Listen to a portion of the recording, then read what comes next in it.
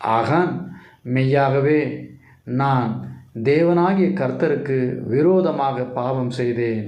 நான் பாபிலோனிய சால்வையையும் 200 வெள்ளி சேக்கலையும் 50 சேக்கல் நிறையான பொன் பாலத்தையும் கண்டு இச்சித்து எடுத்துக்கொண்டேன்.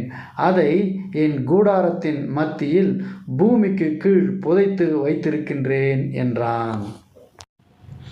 அப்போது யோசுவா களவு செய்த எல்லாவற்றையும் கர்த்தருடைய சமூகத்தில் வைத்தார்கள்.